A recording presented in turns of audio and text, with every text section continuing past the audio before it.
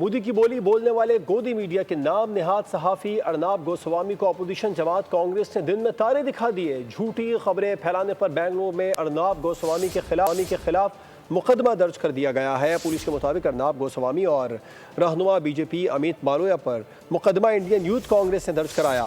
کانگریس رہنما نے کہا کہ ملزمان نے من گھڑت دعوے کیے کہ ترکی میں Istanbul Congress centre Indian national Congress کا دفتر ہے۔ عجب ایک بدحواسی ہے کہ ہم مر بھی نہیں سکتے، کریں تو کیا کریں، جائیں تو جائیں کہاں۔ آج کل یہی حال مودی اور اس کے حواریوں کا ہے۔ پاکستان سے ہزیمت اٹھائی لیکن عقل ٹھکانے نہ آئی۔ اپوزیشن جماعت کانگریس پر الزام تراشی شروع کر دی۔ مودی نے گودی میڈیا کو ہتھیار بنایا، اپنے پالتو ارنب گوسوامی کو کانگریس کے پیچھے لگایا۔ ارنب نے ترکیہ کے خلاف مہم شروع کی لیکن خبر جھوٹی نکلی۔ دفتر تو ترکیہ کی میونسپل کارپوریشن کا نکلا۔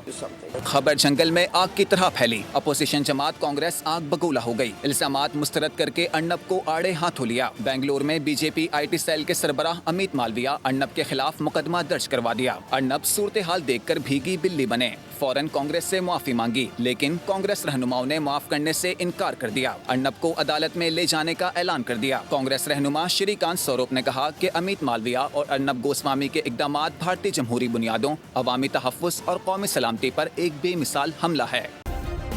سبسکرائب کریں اور بیل دبائیں تاکہ کوئی خبر رہ نہ جائے۔